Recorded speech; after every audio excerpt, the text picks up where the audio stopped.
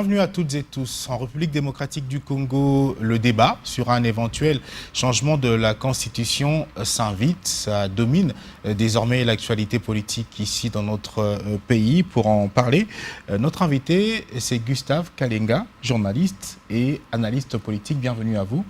Merci beaucoup. En tout cas, ici, on vous prend comme analyste politique, journaliste de très longue carrière.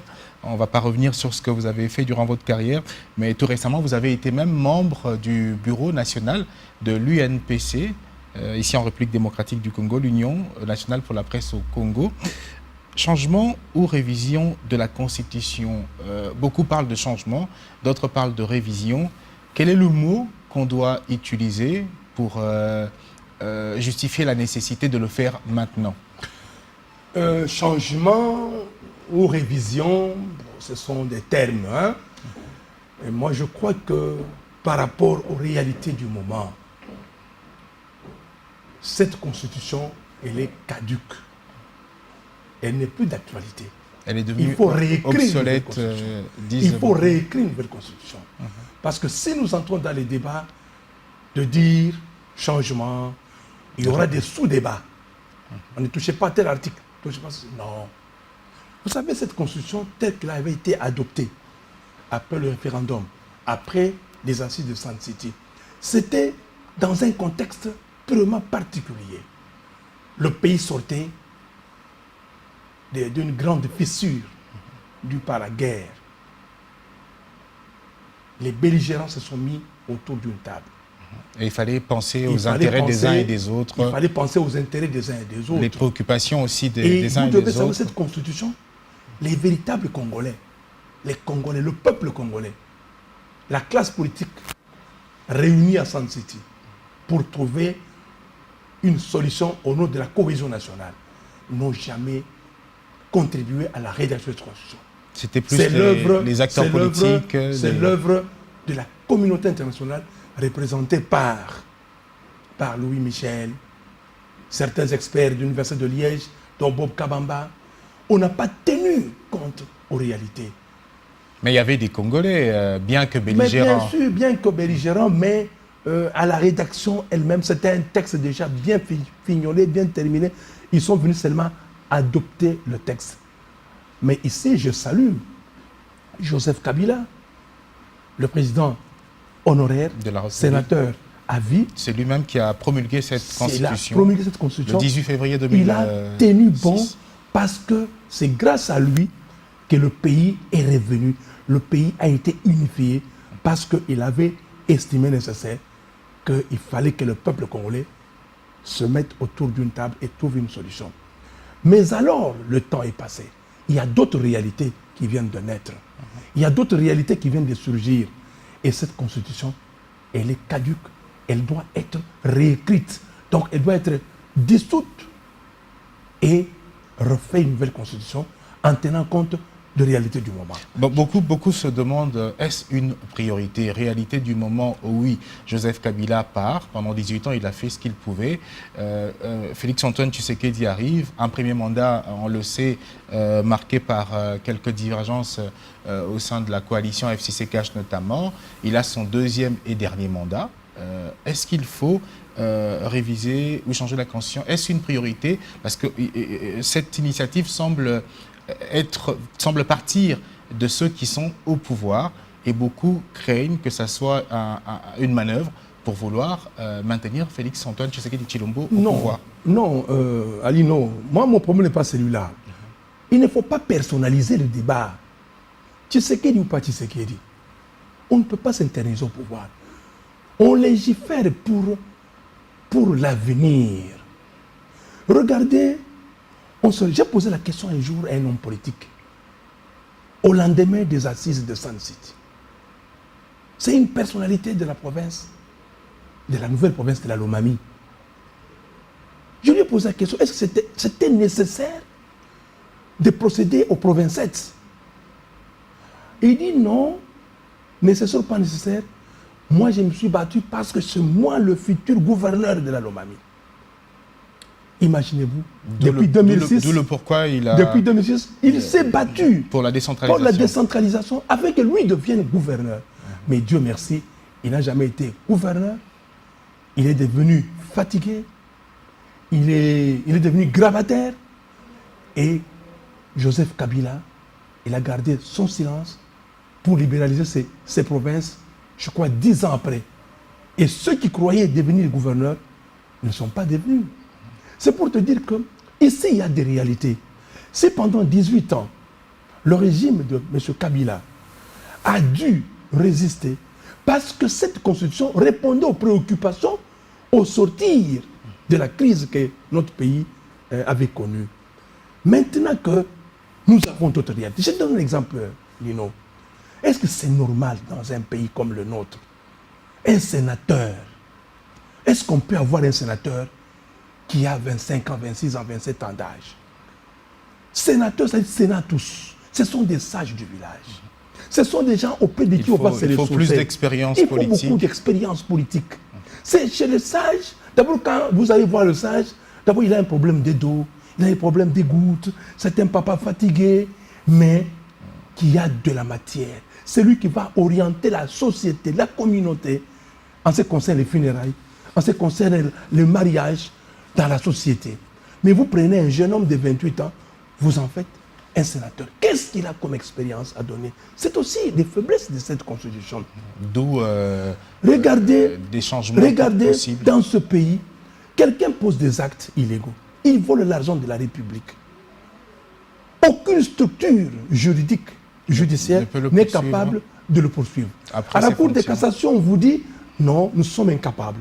À la Cour constitutionnelle, on est incapable. Finalement, qui va le juger? Voilà encore la raison pour laquelle il faut que cette constitution puisse être réécrite sur cette question-là. Nous regardons les gouverneurs des provinces. Les gouverneurs des provinces. Mais qui est ce gouverneur qui a été élu de manière régulière?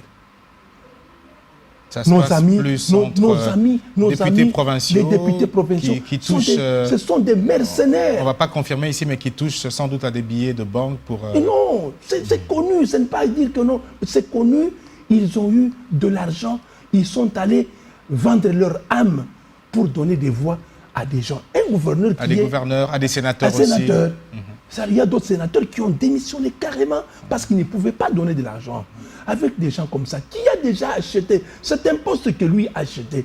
Vous allez lui demander quel compte parce qu'il doit, récupérer l'argent qu'il a investi. Et encore une fois, mon cher Lino, c'est quoi cette affaire des territoriaux des originaires? Il faut que le chef de l'État arrive à nommer des gouverneurs. Parce que ce sont ses représentants. Il sait qui est placé, à quel moment et à l'endroit voulu. Mais si le chef de l'État nomme des gouverneurs, à quel moment ce gouverneur ou ces gouverneurs devront se sentir redevables vis-à-vis du peuple à travers les assemblées provinciales? Moi, je crois que la formule n'est pas difficile. Si le gouverneur est élu normalement, si la Constitution met des mécanismes du choix du gouverneur, le président de la République peut facilement le permuter. Tu es élu chez toi dans le Lualaba, merci beaucoup, mais tu ne vas pas travailler dans le Lualaba, tu dois aller travailler parce que tu es le gouverneur, le représentant du chef de l'État, il peut t'envoyer là où il veut. Tu vas aller dans le Congo central. Et là, c'est la territoriale des non-originaires qui met en place une dynamique de cohésion, de fraternité et de nationalisme. Alors, beaucoup disent, par exemple, concernant l'élection des sénateurs, qu'il faudrait peut-être, pourquoi pas, faire en sorte que les sénateurs soient également élus directement par le peuple, parce que sinon, il y a moins de chances pour les indépendants d'être élus sans argent. Est-ce que c'est aussi envisageable? Moi, je crois qu'il faut qu'il y ait un débat autour du choix des sénateurs. Vous savez qu'au niveau de l'âge qu'il faut il faudra qu'il y ait vraiment, que la Constitution puisse être claire là-dessus.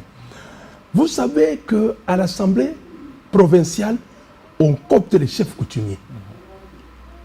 On copte les chefs coutumiers. Il vient d'où? Il vient d'une circonscription tribale, coutumière, et il représente une certaine coutume, un certain peuple. Il représente une certaine civilisation, une chefferie. Et c'est cet homme-là qu'on amène à l'Assemblée provinciale et il est coopté. Moi, je crois qu'il faudra que pour les sénateurs aussi, qu'on rentre, par exemple, chez les Teke Umbu. On dit, vous les Teke Umbu, donnez-nous un sage de chez vous. Donc ça ne se discute pas. Les Teke Umbu savent que chez eux, voici le sage, le plus ancien, le plus âgé.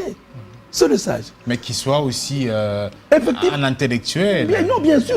Il faut que les Congolais réfléchissent, nos amis qui doivent, les législateurs, réfléchissent sur cette question afin que le sénateur soit l'émanation de la base. Ça ne doit pas être une affaire où les gens s'organisent, font des combinaisons, des claques-boum inutiles, et puis on fait sortir un enfant de 19 ans qui est sénateur. Mais il a quelle expérience? Ou peut-être parce que son père est ministre, il a les moyens. Non, voilà, ce sont des choses qu'il faut. Cette constitution a beaucoup de lacunes. Il faut la réviser, il faut la refondre et pousser les législateurs à réécrire une nouvelle constitution pour l'adapter aux réalités du moment. Seulement, en fait, les gens se demandent pourquoi maintenant. Parce qu'il faut rappeler que sous Joseph Kabila, il y a eu quelques initiatives allant dans le sens à vouloir réviser la Constitution. Il y a même eu quelques révisions de certains articles, mais à chaque fois qu'il y avait cette initiative, l'opposition, aujourd'hui au pouvoir par exemple, je parle de l'UDPS, s'opposait. Et aujourd'hui, c'est l'UDPS au pouvoir qui veut activer finalement cette révision pour des raisons tout à fait logiques. Vous venez d'évoquer certains articles qu'il faut modifier, il y a des choses à revoir. Mais est-ce que c'est pas, comme ceux qui disent que c'est pas important, que l'on devrait penser à autre chose? Est-ce que c'est pas parce que ça va peut-être être à l'avantage de ceux qui dirigent le pays aujourd'hui? Que ce soit hier, que ce soit aujourd'hui, que ce soit demain, ce sont des débats inutiles créés par certains politiciens pour des raisons de repositionnement. Mais ici, regardons l'avenir de ce pays. Je dis, revoyons l'avenir de ce pays. Je vous ai dit dans l'introduction que grâce à Joseph Kabila, le pays a été unifié parce qu'il y avait une constitution pouvant nous mettre d'accord. Kabila n'a pas promulgué cette constitution pour s'éterniser au pouvoir. Non. Il avait un souci de voir ce pays redevenir indivisible. Mais alors, parce que vous me parlez, pourquoi seulement maintenant? Je donne l'exemple de l'Église catholique. L'Église catholique, les traditionalistes, les fondamentalistes, ils ont estimé que avec l'arrivée du Concile Vatican II, on a révisé le droit canon. Les catholiques, une église qui existe 2000 ans, depuis que Jésus est mort, ils ont révisé le droit canon. Et le droit canon est toujours révisé pour adapter la pastorale de l'Église par rapport aux réalités du moment. Je vais vous donner l'exemple du rite zaïrois de la messe. Les Malouls à cette époque se sont battus pour aller convaincre le Vatican antique pour introduire le rite zaïrois. C'est-à-dire que désormais la messe peut se concevoir, peut se dire dans la langue locale. Avec des chansons locales aussi. Avec des chansons locales. Et l'évêque doit venir de la base. C'est comme ça que vous voyez, aujourd'hui les gens commencent à se battre. Parce que si on ne vous donne pas un évêque de chez vous, vous êtes obligé de vous battre pour le chasser. Ça me rappelle l'évêque de Wamba dernièrement. Hein, c'est quelqu'un qui vient d'ailleurs, mais les autochtones se sont battus pour chercher à le chasser. Pourquoi? Parce que ce sont les œuvres du Concile Vatican II. Parce qu'on a voulu adapter. Ce n'était pas normal que les gens continuent à prier en latin, en train de prier les saints qui n'existaient pas. Et le pape Jean-Paul II, pour essayer d'assurer la continuité de Jean, qui a ouvert le Concile Vatican, et Paul, qui a conclu le Concile Vatican, il a pris, comme son confrère Jean-Paul Ier, il est venu, il a béatifié, il a accepté de béatifier certains saints congolais. Nous avons Bakanja, nous avons Anouarit. Ça, ce sont des réalités. Qui pouvait croire qu'un jour, on pouvait avoir des saints noirs? Qui pouvait croire qu'on pouvait avoir une sainte noire? Et elles viennent tous des provinces compliquées. Bakanja, c'était un Mongo. Une anecdote, on va te dire que depuis qu'un Mongo peut devenir saint. Mais Rome a accepté de faire de Bakanja un saint. Pourquoi? Parce que le Concile Vatican II a donné des ouvertures aux droits canaux pour que la population, la base se retrouve.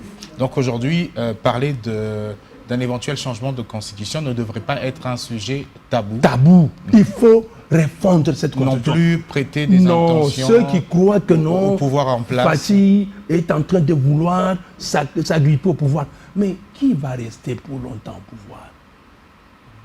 Tout passe, tout coule, comme disait Héraclite de Fès. Mais généralement, lorsqu'on est au pouvoir, comme on dit, il y a mon cher ami, le lait. Non, mon cher ami, quel que soit le temps, il finira par partir. Voyez. Mais l'essentiel ici, c'est déléguer au pays un acte fondamental de haut niveau, pouvant permettre de régler tout ce que nous avons comme erreur à gauche, à droite. Je vais vous donner encore l'exemple, parce que nous parlons de la Constitution.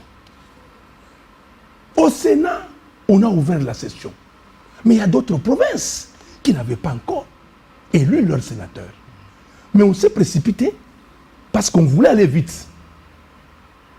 On a mis en place un bureau avec un doyen d'âge.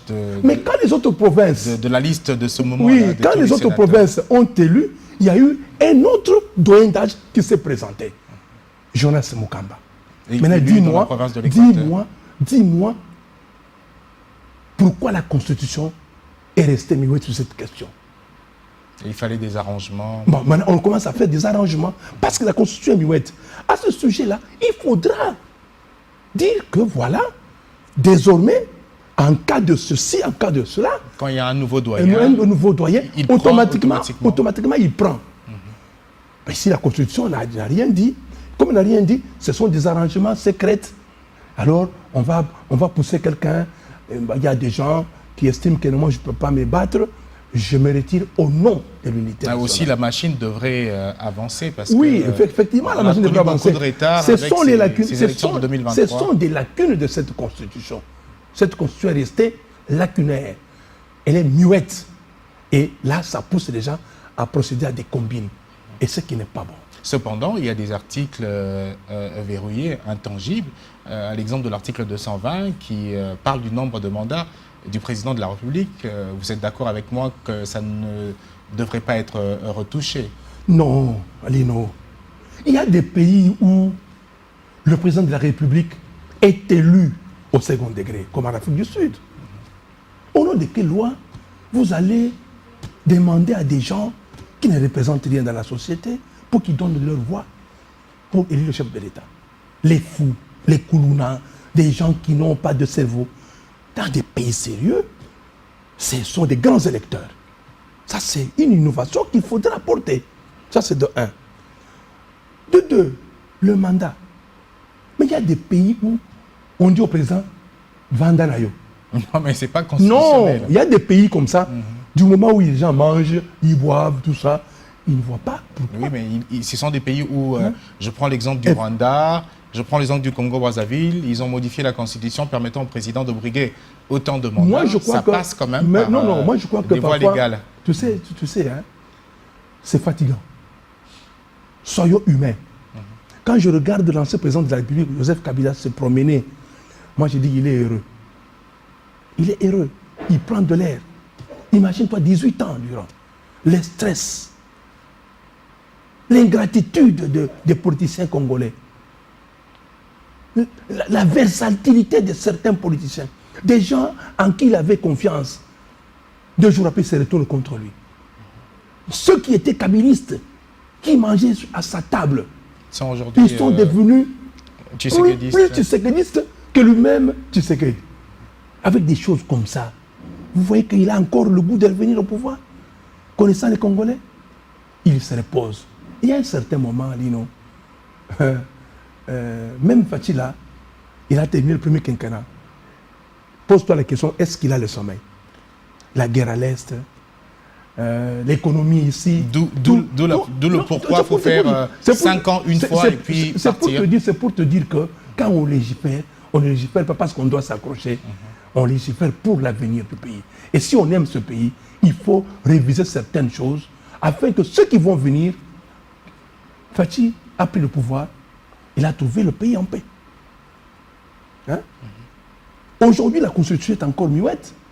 Les partis qui sont occupés par les rebelles, dans les Rutshuru, les Bunagana, toute cette partie-là, les députés de là, on n'a pas élu. Qu'est-ce que la Constitution prévoit en cas de situations pareilles? La Constitution est muette. Raison pour laquelle il faut.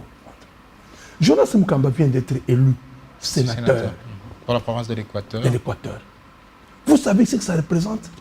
Un Kassaïen, il quitte chez lui, il est adopté dans une autre province.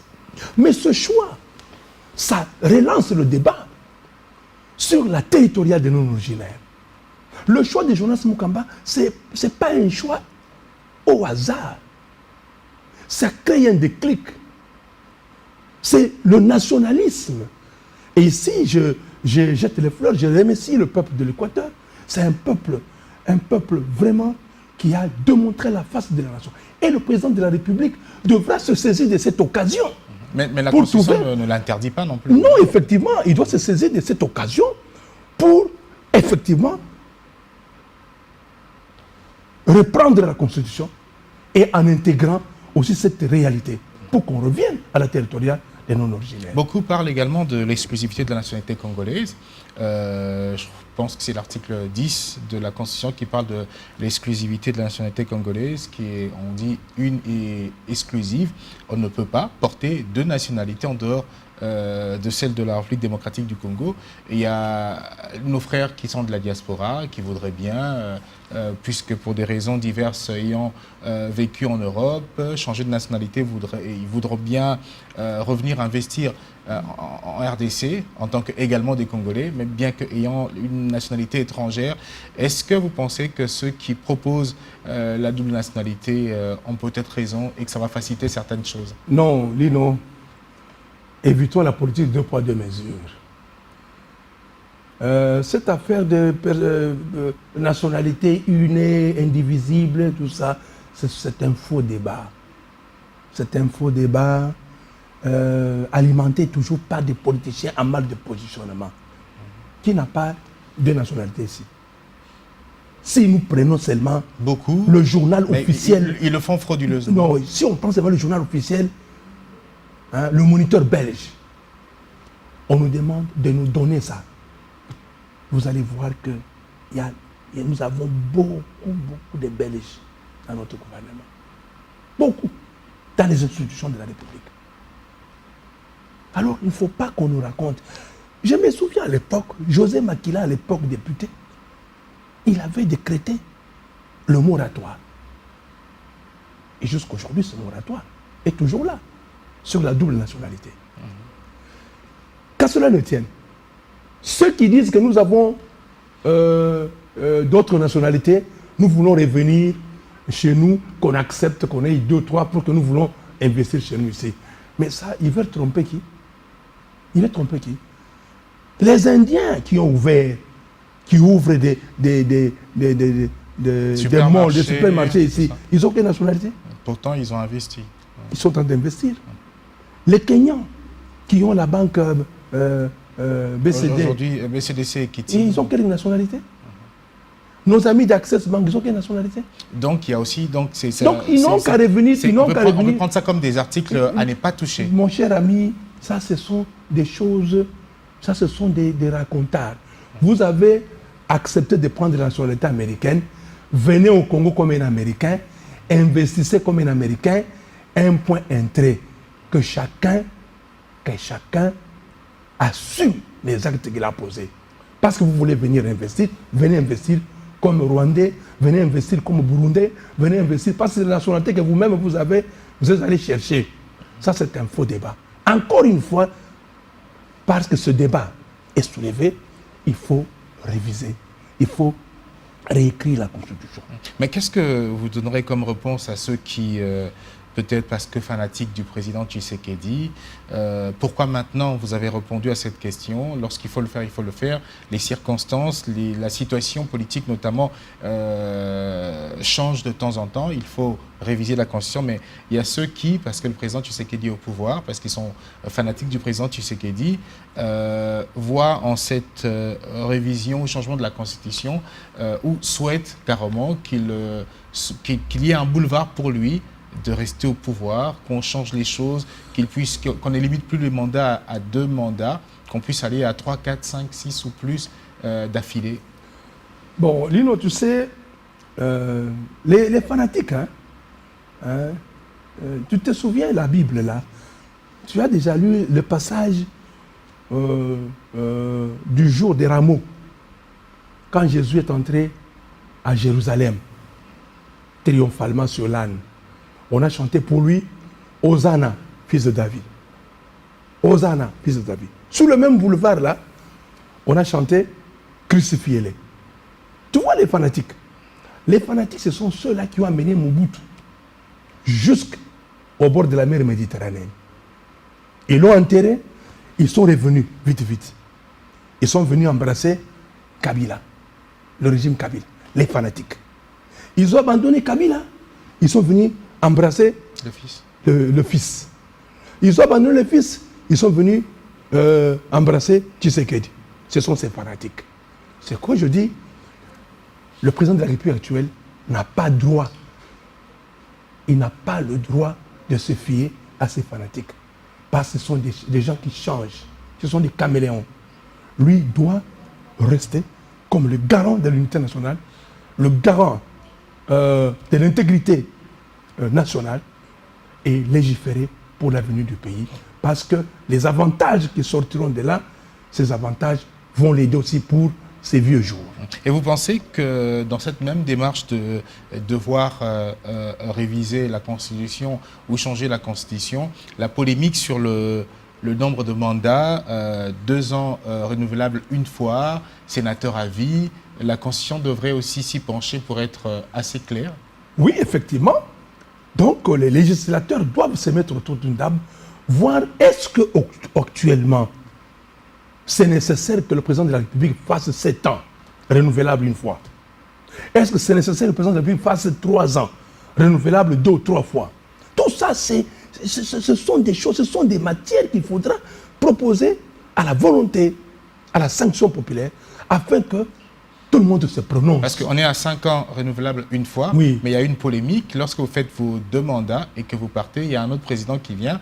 D'autres disent vous avez la possibilité de revenir, d'autres disent non. Il y a un débat même entre les professeurs d'université, constitutionnalistes qui s'embrouillent un peu à ce sujet. Effectivement, tu as dit que les constitutionnalistes s'embrouillent. Ils s'embrouilleront toujours, ce sont eux qui embrouillent ce pays. Ceux qui ont fait la Constitution. Des analyses ceux qui analysent les camps politiques. Tout ça, ce sont des choses compliquées. Vous savez, le président de la République a beaucoup de pouvoir. Macron s'est réveillé un matin, quand il a perdu la majorité. Il a décidé de destituer. Il a mis la Constitution, il a mis tout le monde dehors. Il a révoqué le Parlement. Donc le président de la République a il a tous les leviers possibles pour pouvoir évoluer dans ce sens-là. Mais ici, à propos du mandat, c'est un faux débat. Le peuple congolais n'a pas besoin de ça. Nous tous, nous passons, Lino.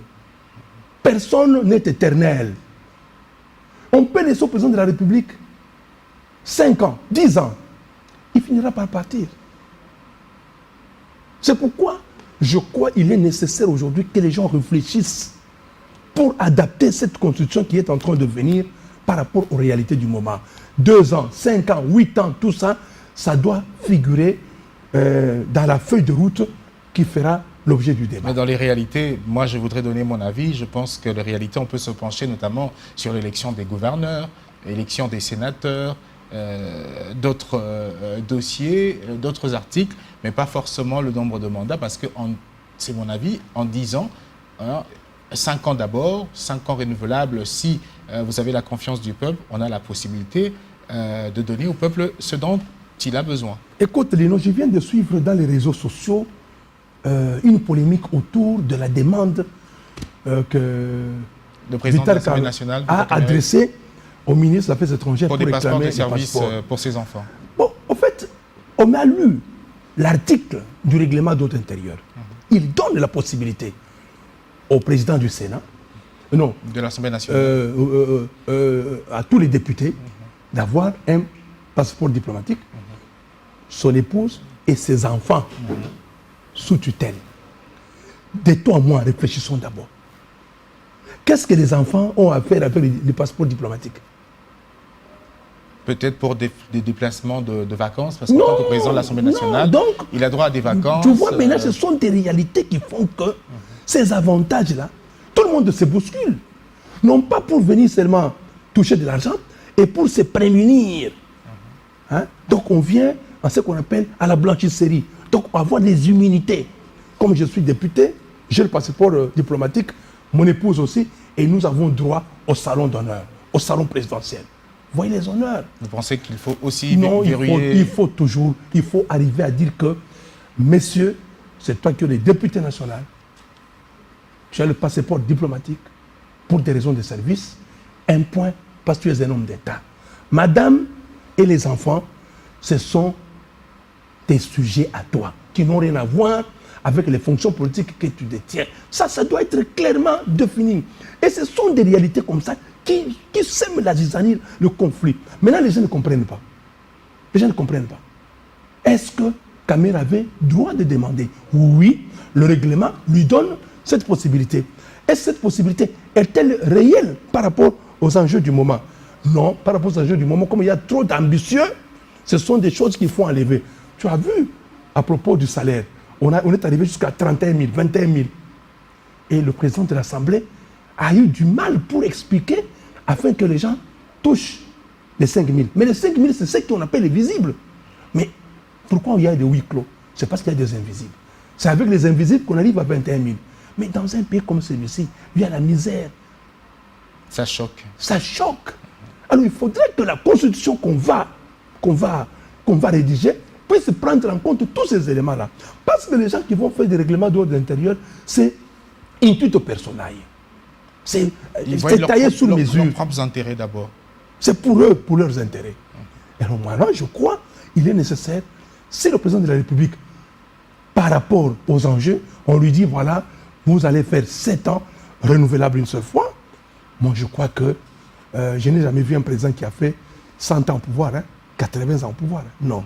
Quelque part, il va se taire. On est presque à la fin de cet entretien qui est parti très vite. Je voudrais qu'on parle également du Sénat. Okay. Vous l'avez évoqué ici par rapport à la Constitution, cette défaillance-là de la loi qui laisse un doyen d'âge prendre le commande du bureau provisoire alors qu'il n'y a pas eu d'élection des sénateurs dans d'autres provinces. Ça embrouille un peu les choses. Il y a aussi donc en attente l'installation du bureau définitif du Sénat. C'est dans les prochains mois en tout cas, en attendant la rédaction du règlement intérieur. Selon vous, est-ce qu'il faut encore faire comme au niveau de l'Assemblée nationale? L'Union sacrée de la nation, c'est elle qui gère le pouvoir. À l'Assemblée nationale, on a vu presque les mêmes têtes revenir. Je prends l'exemple de Christophe Mbosso Kodia. Vital Kamerhe, bon, il a été président de l'Assemblée nationale jusqu'à fin 2000 ou mars 2009, qui revient. Est-ce qu'au niveau du Sénat, on devrait aussi soit accepter ou combattre le retour de certains visages, ou il faut donner la chance à tout le monde? Vous savez, le pays est très malade. Le pays est très malade, c'est à cause de ces animateurs politiques. Au moins au niveau du Sénat, ce sont des sages. Je prends l'exemple. Le président de la République couvre l'espace kassaïen. Le Grand Kasaï, c'est l'institution présidente de la République. L'espace swahiliphone, de la province orientale jusqu'au Katanga, c'est Vital Kamerhe qui est président de l'Assemblée nationale. L'espace Né-Congo, on prend le Congo central et le Bandundu. On a la première ministre. La primature. Il reste l'espace des Bangala. Qu'on le veuille ou non, si les sénateurs, qui sont des sages, ils n'ont pas à s'agiter. Ils n'ont pas à s'agiter. Au nom de la justice d'équité, pour apaiser les esprits, Surtout que l'Équateur vient de démontrer à la face du monde que ce sont des nationalistes. Chez eux, l'histoire des tribus ne compte pas. Chez eux, c'est le résultat. Le Congolais, du moins, il a posé des actes pour le bien-être de la population. Les Bangala ont estimé porter leur choix à la personne de Jonas Mukamba. Il a 93 ans. Il a 93 ans. Quand tu le vois marcher, tu sens qu'il a la démarche d'un jeune homme de 40 ans. Ben, Mukamba, parce que élu de l'Équateur. Il est élu de l'Équateur. Vous savez que son élection, il y a beaucoup d'implications politiques. Mais est-ce qu'il représente l'Équateur forcément? Non. Les gens de l'Équateur ont porté leur choix sur lui. Donc pour l'Équateur, c'est lui. Mais en parlant de l'espace swahilophone, oui. Et le Haut-Katanga ou l'espace Grand Katanga, qui ne se reconnaît pas en Vital Kamerhe pour prendre cet espace-là, beaucoup parlent de Jean-Michel Samaloukonde, ancien Premier ministre, qui, pour l'espace Grand Katanga, devrait prendre le perchoir du Sénat. Ça va encore peut-être créer des fissures au sein de l'Union sacrée de la Nation. Non. L'espace Katanga a déjà eu Lukamba et Lukamba, Premier ministre. Nous connaissons les résultats. Le bilan qu'il nous a laissé. Immédiatement après, c'est Samaloukonde. Qui vient également de l'espace Grand Katanga. Grand Katanga. Soyons quand même humbles. Ne soyons pas gourmands. Et vous savez, Lino, il y a une sorte de maladie. Chaque fois qu'il y a des enjeux politiques au Katanga, pour mettre Ilunga et Lukamba, on nous montrait dans les réseaux sociaux un groupe d'inciviques bandits qui brandissaient le drapeau de la sécession katangaise. Attention, si vous ne comptez pas avec nous, nous sommes prêts à aller en sécession. Attention, c'est du chantage. Au nom de quelle loi? Toujours vous le Katanga, toujours le Katanga, toujours le Katanga. Non. L'espace swahiliphone est déjà servi. Et l'espace Katanga vient d'être servi. Samaloukonde. Parce qu'on ne se rappelle même pas de la dernière fois que l'espace Grand Équateur a eu un dirigeant de ce niveau-là. Depuis que Mobutu est parti, les gens de l'Équateur ont eu le profil bas, mais ce sont des stratèges. Je vais te montrer comment les gens de l'Équateur ont joué. Les gens de l'Équateur, quand Mobutu est parti, ils sont passés par la politique de la dispersion. Il y a eu un groupe de gens de l'Équateur au RCD KML. Les gens de l'Équateur sont allés au RCD Goma. Les gens de l'Équateur sont restés dans leur fief, le MRC. Les gens de l'Équateur ont suivi Joseph Kabila.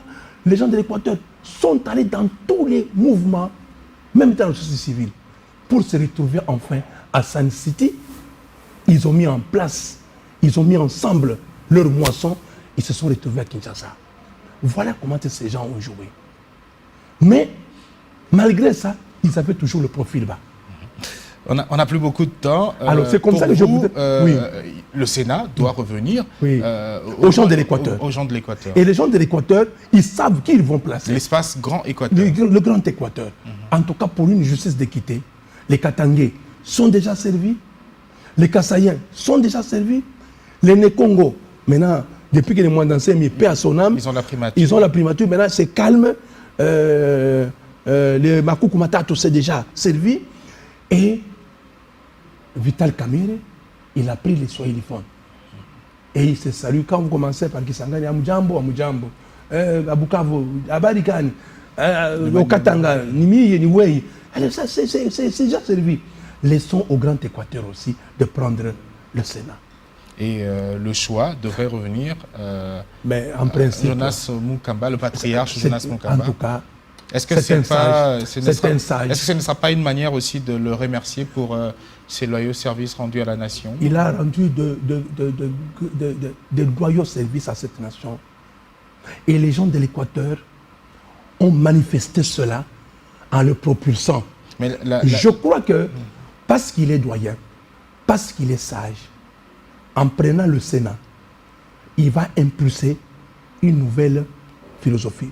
Est-ce qu'il est très en forme? La lucidité, c'est aussi un travail de réflexion. Le ministre des Finances, Nicolas Kazadi, qui vient de partir, très lucide.